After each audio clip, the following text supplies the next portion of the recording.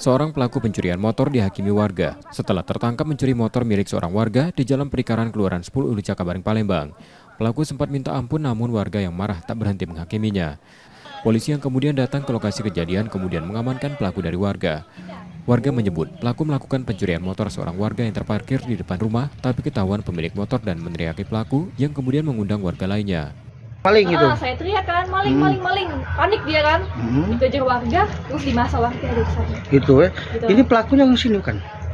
Sekitar sini di Lung Ayam. Oh, pelaku tinggal sini lah, warga Long Ayam ya. Kemungkinan dia udah lewat sini, udah sering, udah diincar motor ini gitu. Motor apa deh kemana? Mio, autentik itu yang lama. Kini tersangka diamankan polisi dan akan menjalani proses hukumnya. Yudi Kiswanto, Kompas TV, Palembang, Sumatera Selatan.